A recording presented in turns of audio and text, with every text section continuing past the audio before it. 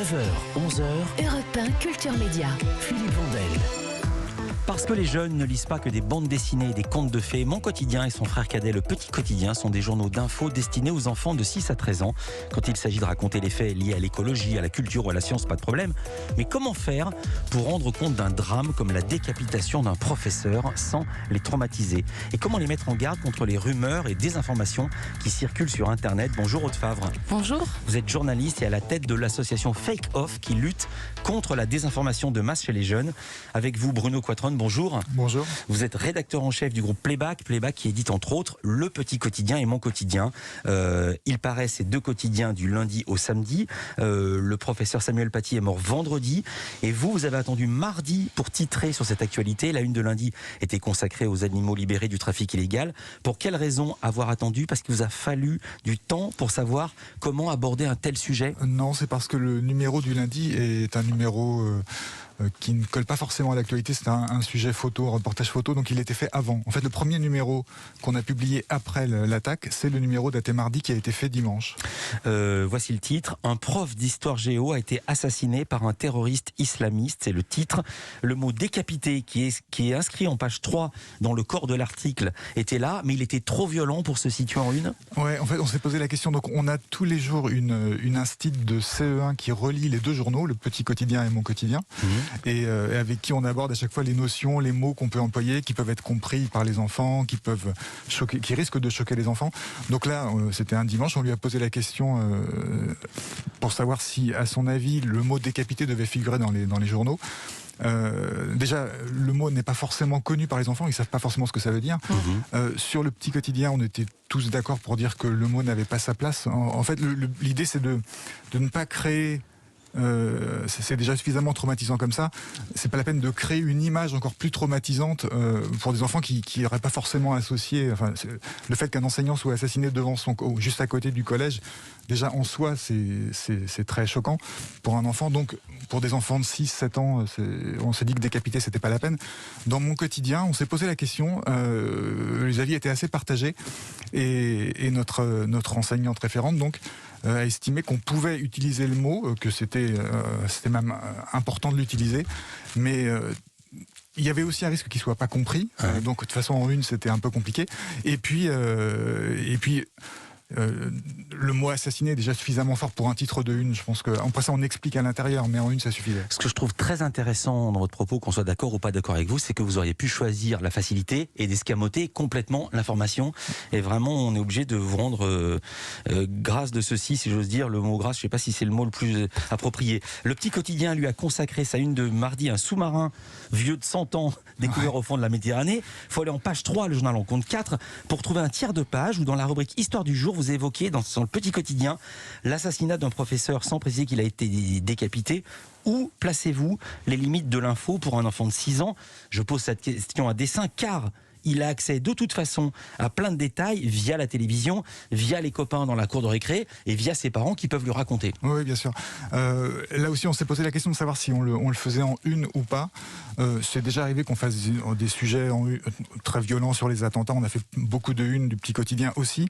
Là, on s'est dit que dans un premier temps, c'était pas mal de faire une colonne spéciale. C'est quand même, effectivement, c'est en page 3, mais en fait, ça fait quasiment un tiers du journal. Donc c'est quand même déjà assez documenté. Et l'idée était d'angler différemment. C'est-à-dire que le titre, là, n'est pas du tout un professeur a été assassiné.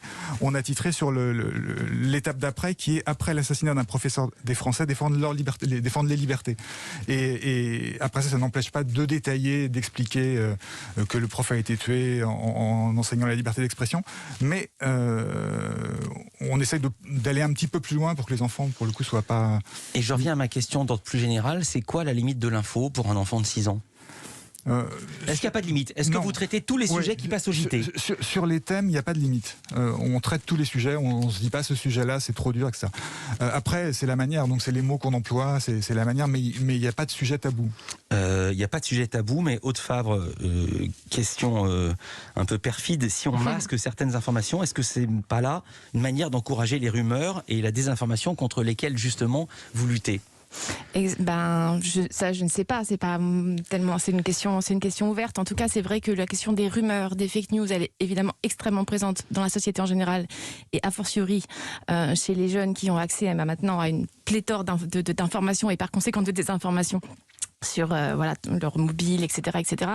Et ce qu'on fait, nous, ce qu'on a décidé de faire à l'association Fake Off, c'est quelque chose d'extrêmement émancipateur pour eux, c'est-à-dire que nous les faisons contre-enquêter on leur fait ouvrir leur téléphone.